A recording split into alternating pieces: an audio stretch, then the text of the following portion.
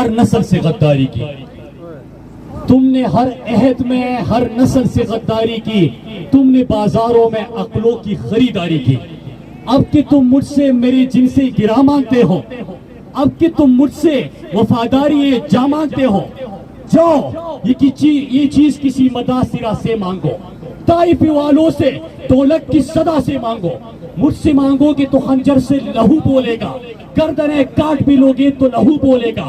تم نے ہر عہد میں ہر نسل سے غداری کی، تم نے ہر عہد میں ہر نسل سے غداری کی۔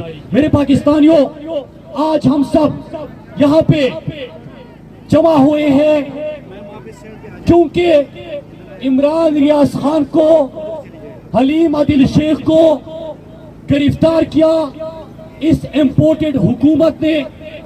میرے پاکستانیوں، ہمارے چند سوال ہیں اور ہم سوال پوچھیں گے اور ہم جواب لیں گے کہ پاکستان کے خلاف سازش ہوئی، اس کا نیشنل سیکیورٹی کمیٹی نے بھی تصدیق کی۔ پاکستان میں ریجیم چینج آپریشن ہوا، پاکستان میں منڈیاں لگی، زمینوں کے سودے ہوئے، الیکٹڈ حکومت کو ہٹایا گیا اور پاکستان کے سب سے بڑے چوروں اور ڈاکوؤں کو، ان لوگوں کو جو لندن میں بیٹھ کے پاکستان کے خلاف سازشیں کرتے تھے، ان کو بٹھا کے پاکستان میں تباہ کاریوں کو آغاز کر دیا۔ آج جو بھی اس کے خلاف آواز اٹھاتا ہے تو ہمارے سامنے ہیں کہ ارشد شریف نے آواز اٹھائی، پورے پاکستان میں اس کے اوپر FIR درج کی۔ محیط مرزا نے آواز اٹھائی، اس کے خلاف کارروائی شروع ہو گئی۔ جمیل فاروقی نے آواز اٹھائی، اس کو اننون نمبر سے کال آنا شروع ہو گئے۔ سمیع ابراہیم نے آواز اٹھائی، اس کو دھمکیاں ملی۔ صابر شاکر نے آواز اٹھائی، اس کو ملک چھوڑنا پڑا۔ ایاز امیر نے سوال کیے، اس کو اس عمر میں ایک بزرگ کو جو پاکستان کا ایک بڑا نام ہے صحافت کا، اس کے اوپر تشدد کیا گیا۔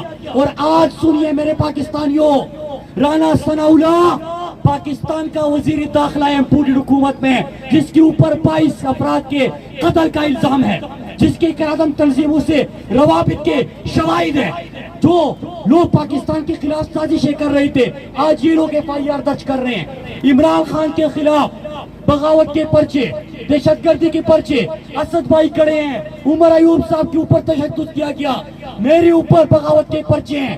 تو میں سوال پوچھتا ہوں کہ اگر پاکستان کی خود مختاری کی، خودداری کی بات کرنا بغاوت ہے تو ہم باغی ہیں، اور آپریشن ریجیم چینج کے خلاف آواز اٹھانا بغاوت ہے تو ہم سب باغی ہیں، پورا پاکستانی باغی ہے، پاکستان کی 22 کروڑ لوگ باغی ہیں۔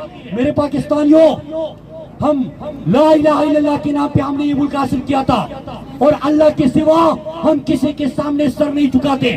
پاکستان کے مستقبل کا فیصلہ کوئی بیرونی طاقت نہیں، پاکستانی قوم کرے گی۔ اگر کسی کو یہ برا لگتا ہے تو سن لے، میں پوری حکومت کو، اعلیٰ کاروں کو، سہولت کاروں کو بتانا چاہتا ہوں، ایک عمران ریاض تم نے گرفتار کیا، 22 کروڑ لوگ بولنے لگے۔ آپ کسی کے اوپر ہاتھ ڈالو گے، پورا پاکستان بولے گا، ہر پاکستان کا ہر شہری بولے گا۔ اور ہمارا یہی نعرہ ہے کہ امپورٹڈ حکومت، امپورٹڈ حکومت۔ میرے پاکستانیوں، یہ عمران ریاض کی گرفتاری نہیں، یہ آپ سب کو پیغام پہنچانا چاہ رہے ہیں کہ کوئی بھی ہم سے سوال پوچھے گا، ہم اس کو عبرت کا نشان بنائیں گے۔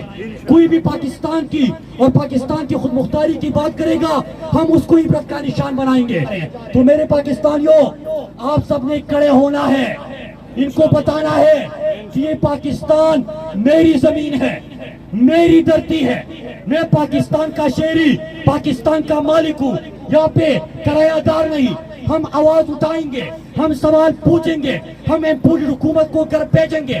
میں ان کو بتانا چاہتا ہوں کہ کسی چوک پہ، کسی شادی میں، کسی جنازے پہ، کسی چوراہے میں، کسی بازار میں کھڑے ہو جاؤ، آپ کو پتہ چل جائے گا کہ لوگ کتنی نفرت سے آپ کو دیکھتے ہیں۔ لوگوں کو نفرت ہے آپ سے، لوگوں کے پاکستان کی مرضی کے برعکس آپ نے پاکستانی قوم کی امیدوں کے برعکس پاکستانی قوم کا مینڈیٹ چوری کر کے چوروں اور ڈاکوؤں کو پاکستان کے اوپر مسلط کیا۔ ہم ان چوروں اور ڈاکوؤں کو نہیں تسلیم کرتے۔ ہمارا نعرہ یہی تھا کہ پاکستان کا مطلب کیا، پاکستان کا مطلب کیا، تیرا میرا رشتہ کیا، تیرا میرا رشتہ کیا، لا الہ الا اللہ کا مطلب کہ اللہ کے سوا کسی کے سامنے سر نہیں جھکانا۔ پاکستانی غیرتمند قوم ہے، ہم کسی کے سامنے سر نہیں جھکائیں گے، اور عمران ریاض خان کی گرفتاری کے خلاف ہم ہر قسم کا احتجاج بھی کریں گے، ہم مذمت بھی کریں گے، اور میرے پاکستانیوں آپ کے ساتھ مل کر ہم مزاحمت بھی کریں گے انشاءاللہ۔